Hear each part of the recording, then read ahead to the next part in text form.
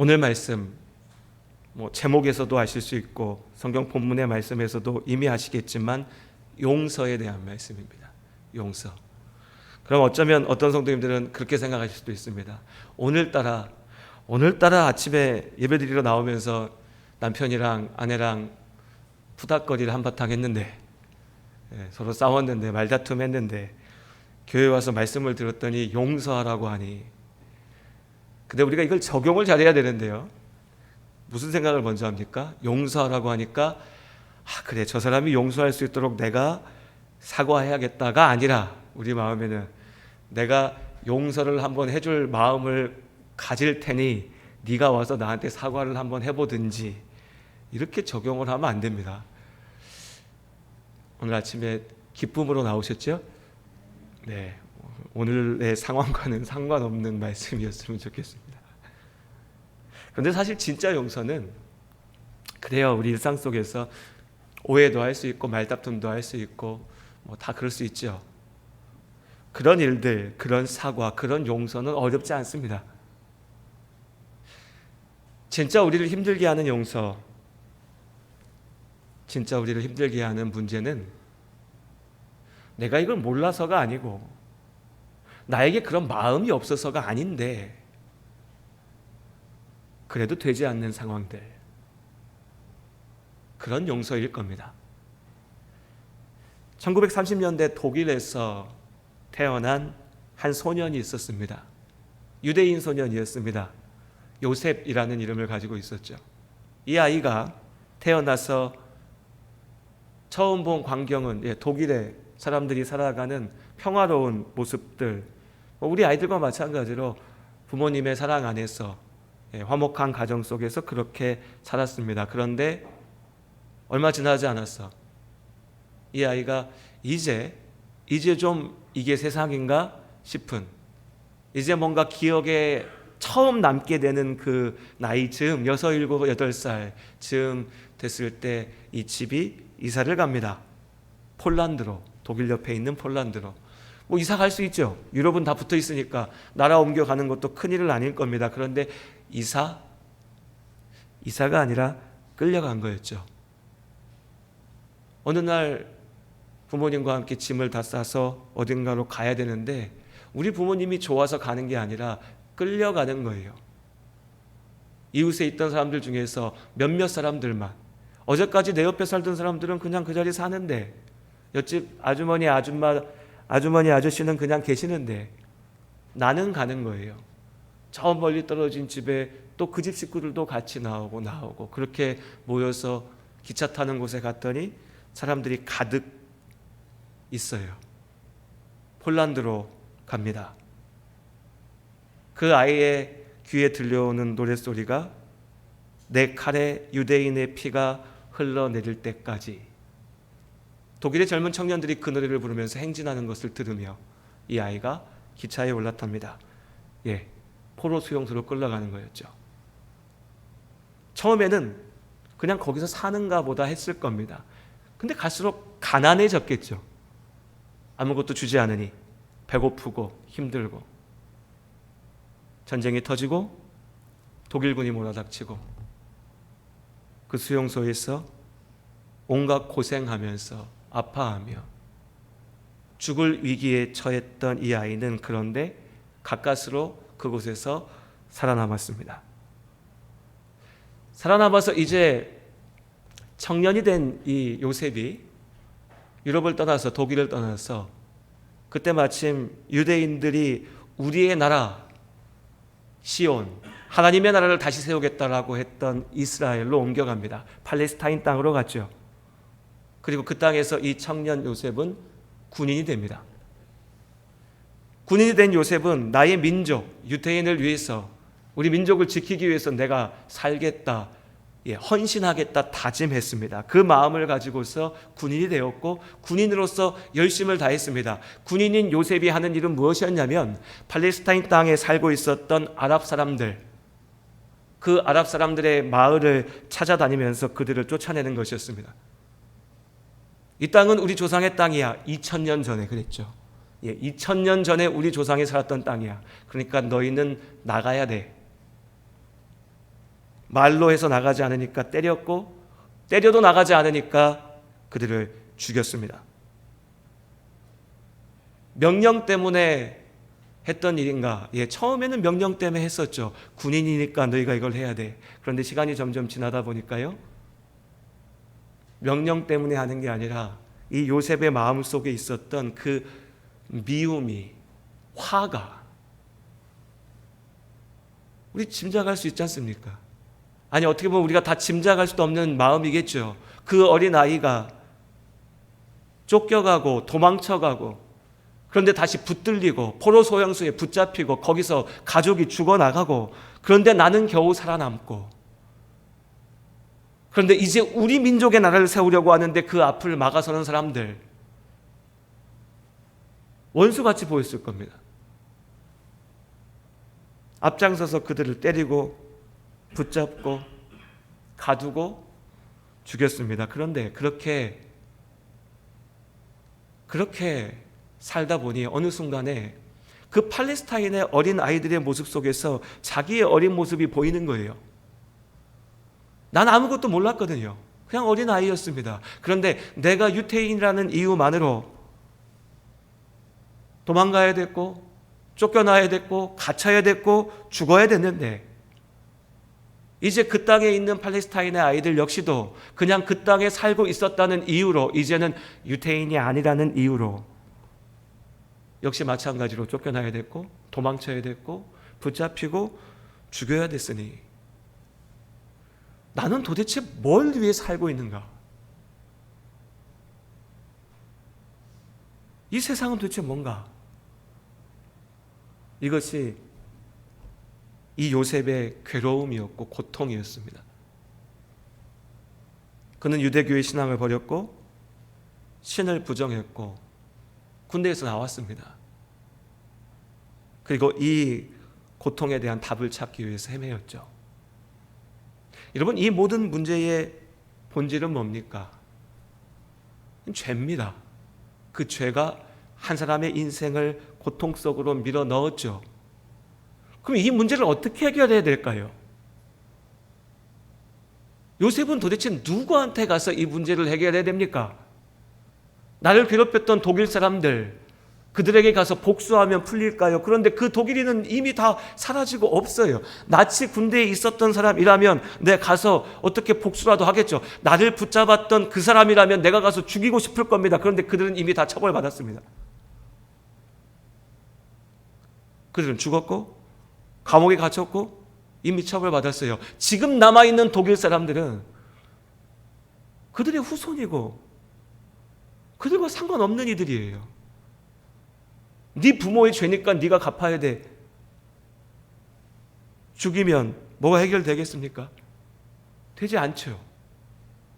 내 안에는 화는 남아있습니다. 미움은 남아있어요. 그 미움을 가지고서 또 다른 이들에게 가서 그 죄를 쏟아냅니다. 그럼 나는 어떻게 됩니까? 그들에게 내가 원수가 됩니다.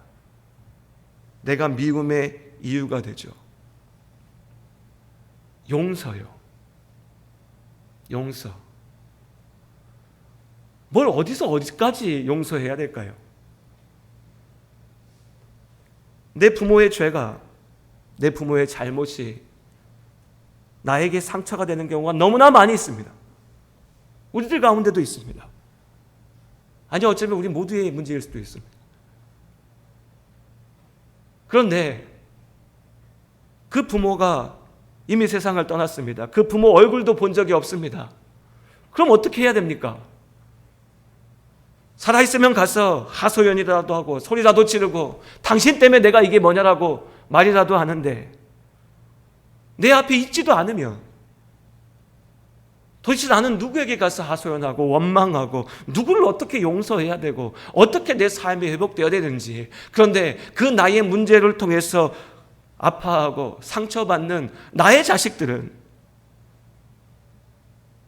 나의 사람들은, 내 곁에 있는 이들은 또 나에게 와서 말을 하면 나는 또 어떻게 그 모든 문제를 해결해야 될지 도무지 길이 보이지 않아요.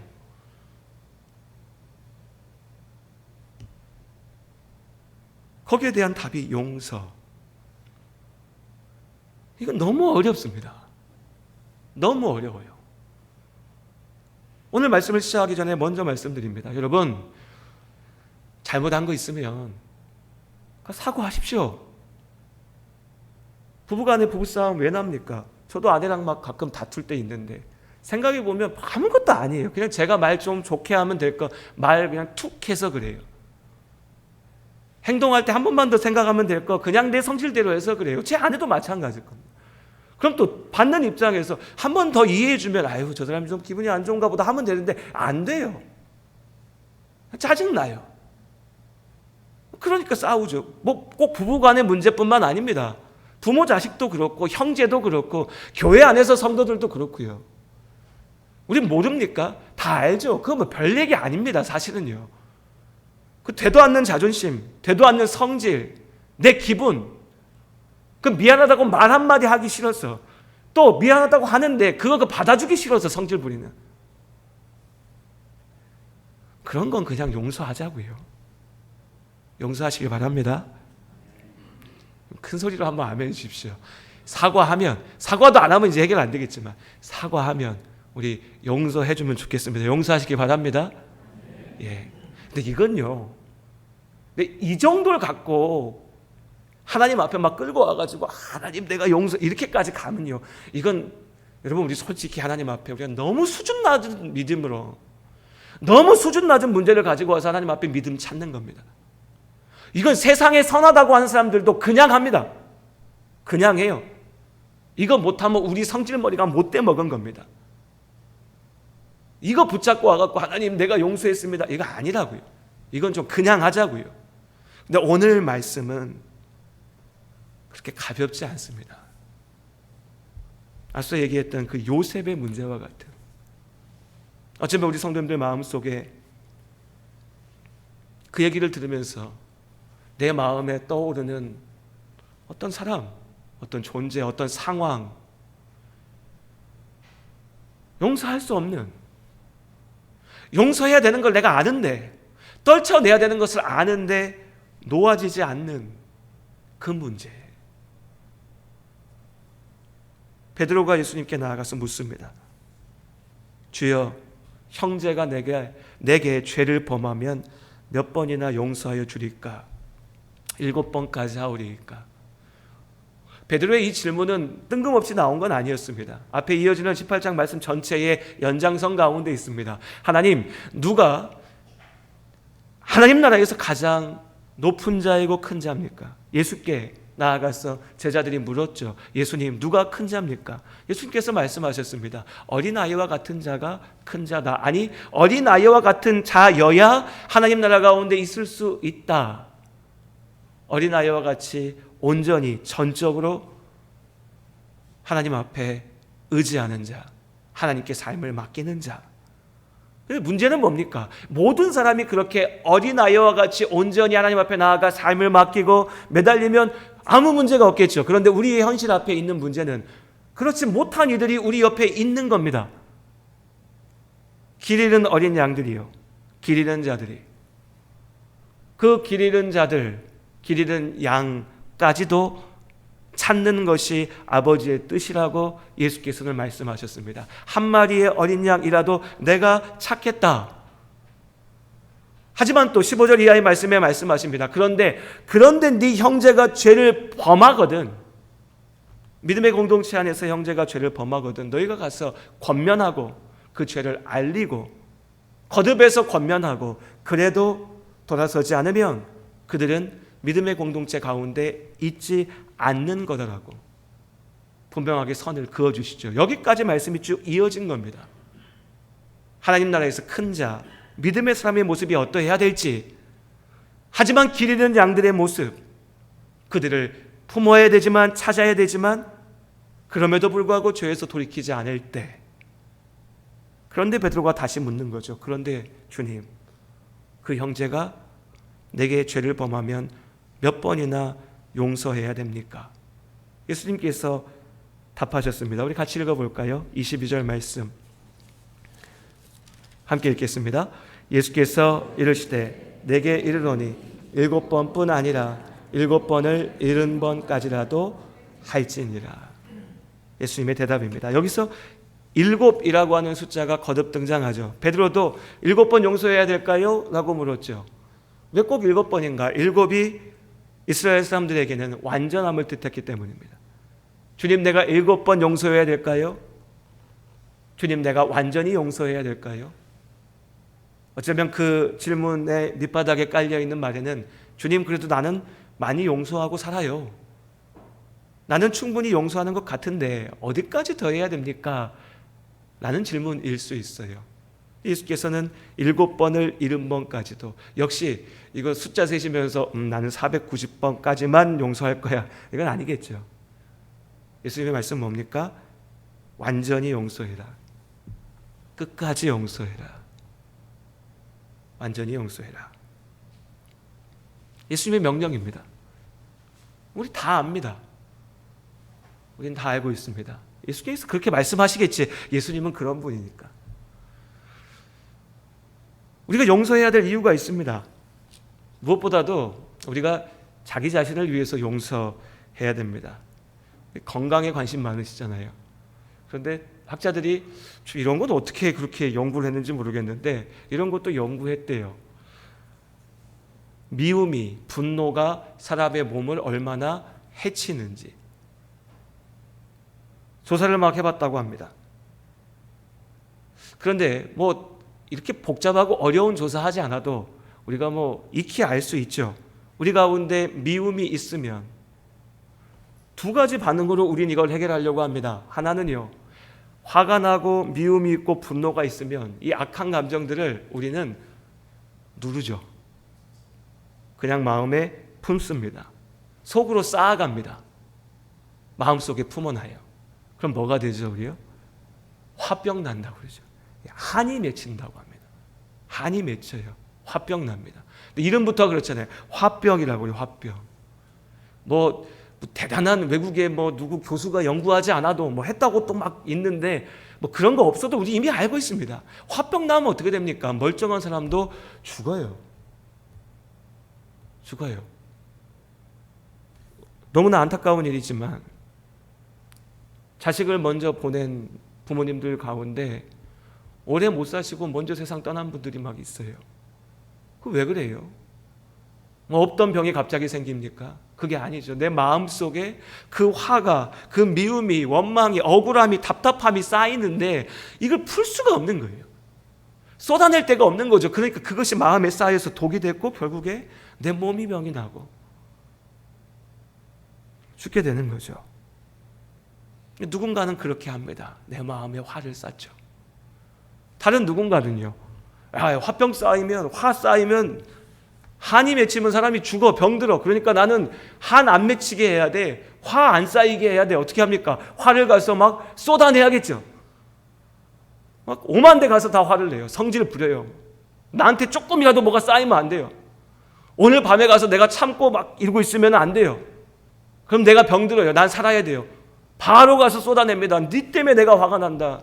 왜 네가 그렇게 말을 해갖고 날 성질을 나게 하냐. 당신이 그렇게 하니까 내가 막 견딜 수가 없다고 막 화를 쏟아냅니다. 그럼 화내니까 좀 나을까요?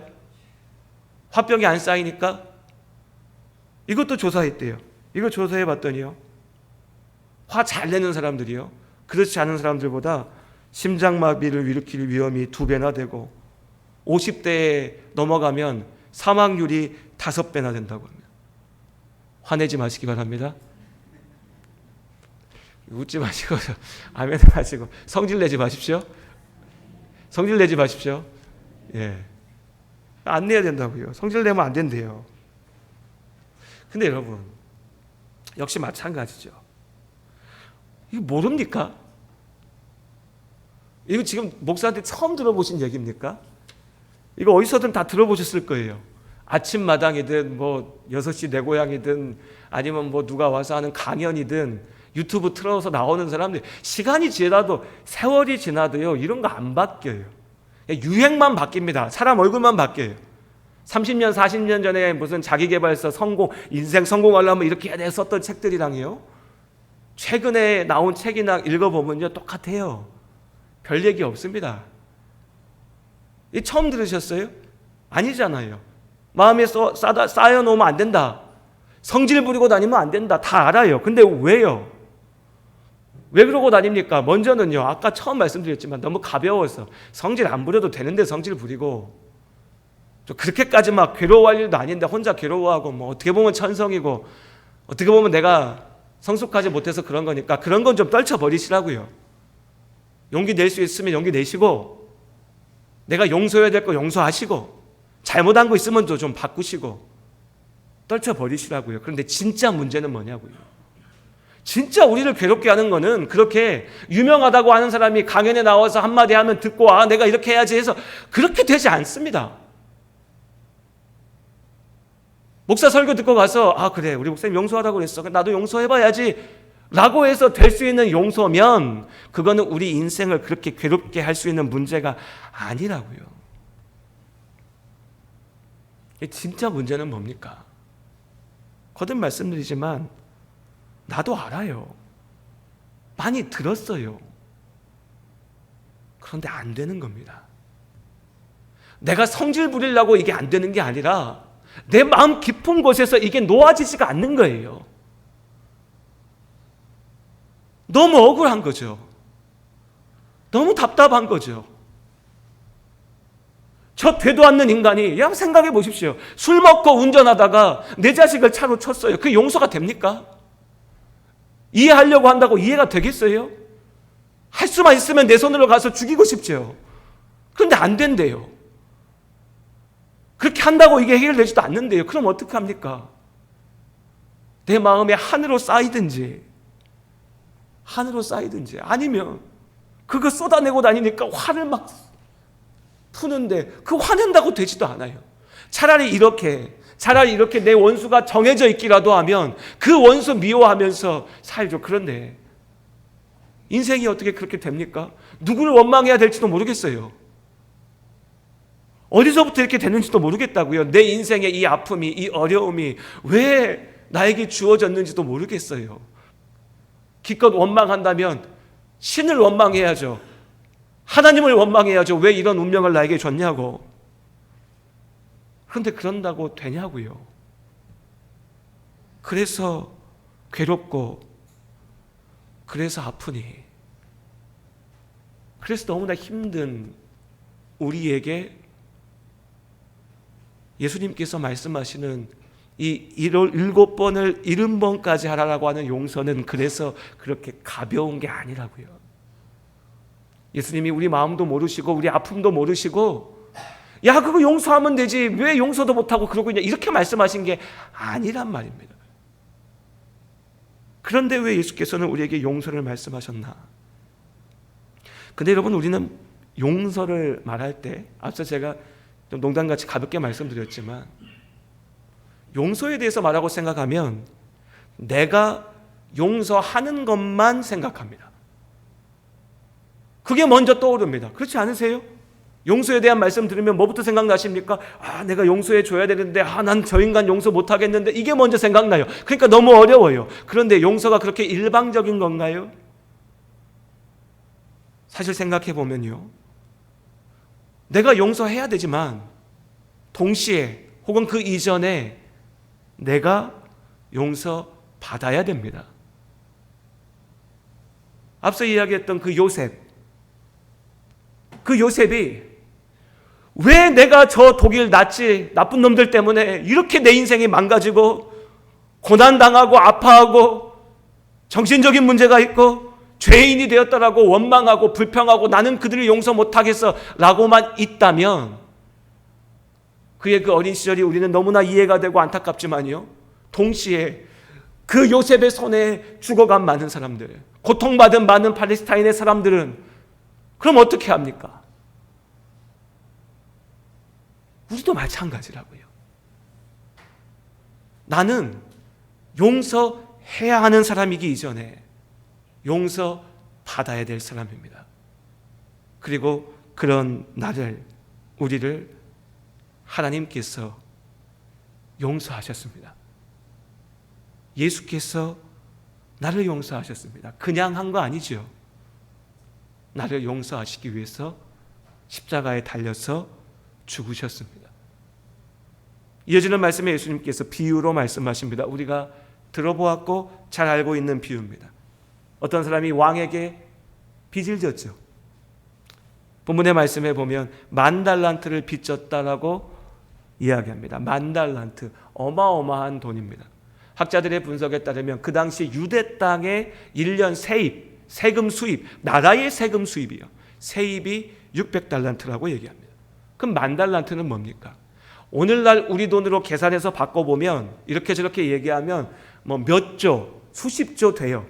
근데 또 돈 많은 부자는 난 재산이 수십 조인데 이럴 수도 있어요. 그게 아닙니다. 우리나라 국가 수입이라고 한번 생각해 보세요. 말씀의 본질은요, 감당할 수 없는 돈, 감당할 수 없는 빚이었어요.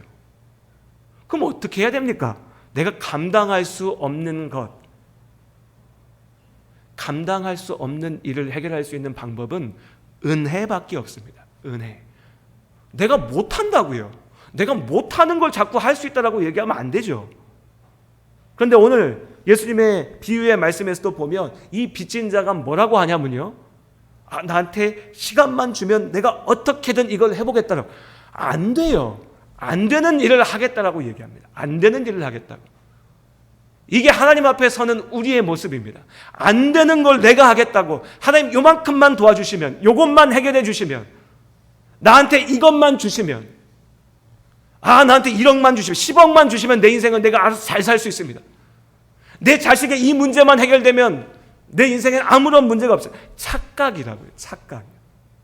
근데 우린 그렇죠. 완전한 착각을 가지고 하나님 앞에 나아갑니다. 그런데 그 왕은요, 27절 말씀 같이 읽어볼까요? 18장 27절 함께 읽습니다. 그 종의 주인이 불쌍히 여겨 놓아 보내며 그 빚을 탕감하여 주었더니. 불쌍히 여겨서 놓아 보내며, 불쌍히 여겨 놓아 보내며. 은혜입니다. 은혜. 아무것도 요구하지 않았습니다. 그저 그를 살리기 위해서, 네가 이렇게 죽으면 안 되지, 살리기 위해서 보내주었습니다. 다들 잘 먹고 잘 사는 세상이 돼서 그런지 불쌍하다라는 말이요, 나쁜 말이 됐어요. 누구한테 불쌍히 여겨 이러면 되게 기분 나쁜 말, 네가 뭔데 나를 불쌍히 여겨, 이렇게 됐어요. 참 불쌍히 여기는 것도 마음 신경 쓰면서 해야 되는 그런 시대가 됐어요. 성경에서 불쌍히 여긴다는 건 뭡니까? 사랑입니다. 내가 그를 사랑하여서 은혜로서 그를 그냥 보내주었다. 하나님께서 우리에게 주신 것이 이것입니다. 예수께서 십자가에 달려 죽으심으로 나를 용서하셨습니다. 하나님 앞에 나를 생각합니다. 나는 괜찮은 사람인가? 답은 항상 똑같습니다. 할 말이 없다. 예수를 믿는다 고백하며 사는 지금도, 목사라고 얘기하면서 거룩한 척하고 대접받는 지금도, 여전히 내 머릿속, 내 마음속, 나의 행실 속에서 다 떨쳐버리지 못하는 모자란 모습들. 그런데 하나님 앞에 가서 나는 아무 문제 없습니다 말할 수 있는가? 없어요. 도무지 없습니다. 그런데 그런 나도, 그런 우리도 먼저 생각나는 것은 나를 용서하신 하나님의 그 사랑이 아니고요, 내가 용서해야 될 많은 사람들입니다. 오늘 이야기 속의 사람도 그랬죠. 그렇게 은혜로 빚을 탕감받고 나아가서 나에게 빚진 사람을 만납니다. 나에게 빚진 사람. 그 사람 100데나리온을 빚졌습니다. 작은 돈 아닙니다. 100일치 1당이니 몇천만 원 될 수 있습니다. 용서해 주지 않죠. 당장에 갖고 오라고 그러죠. 내가 그거 어떻게 용서하냐고 얘기합니다. 왕이 그를 붙잡아 와서 내가 너에게 갚아준 그 은혜는 다 어디 가고 너는 지금 어떻게 하고 있느냐라고 말합니다. 이것이 우리가 알고 있는 마태복음 18장의 예수님의 비유의 말씀입니다. 용서. 오늘 설교의 결론은 제가 우리 성도님들께 드리고 싶은 말씀의 핵심은 용서하라는 것은 아닙니다. 사실 생각해 보면 누가 그렇게 얘기할 수 있겠습니까? 누가 그 입장 대봤다고? 여러분, 우리가 요셉의 입장이라면 그한테 가서 야, 너 그래도 그렇게 살면 되겠냐? 그 독일 사람들 나치 벌받아서 나라가 망했잖아. 다 처벌받았잖아. 죽었잖아. 그 정도 했으니까 이제 용서하고, 그 용서해야 너도 마음이 편하고 건강해지니까 용서해. 그리고 좀 잘 살아봐. 말하죠. 우리는 합니다. 사람들은 그렇게 얘기합니다. 내 일 아니니까. 그런데 그렇게 말하는 거 들으면 용서가 되겠습니까? 안 되죠. 안 됩니다. 그래서 오늘 말씀 속에서 저는 우리 성도님들께 용서합시다. 용서해야 됩니다. 이 말씀은 감히 못 드리겠습니다. 정말로 우리의 마음을 붙잡고 있는 그 미움과 아픔과 원망의 문제 앞에 그렇게 쉽게 용서라는 말을 할 수가 없으니까. 다만 이 말씀을 드리고 싶습니다. 그래도 우리가 십자가를 바라봐야 한다고. 그래도 우리가 예수 그리스도의 십자가를 바라보는 그 시선은 놓쳐서는 안 된다고. 당장 용서하자는 거 아닙니다. 하지만 나를 용서하신 하나님의 그 사랑은 기억했으면 좋겠습니다.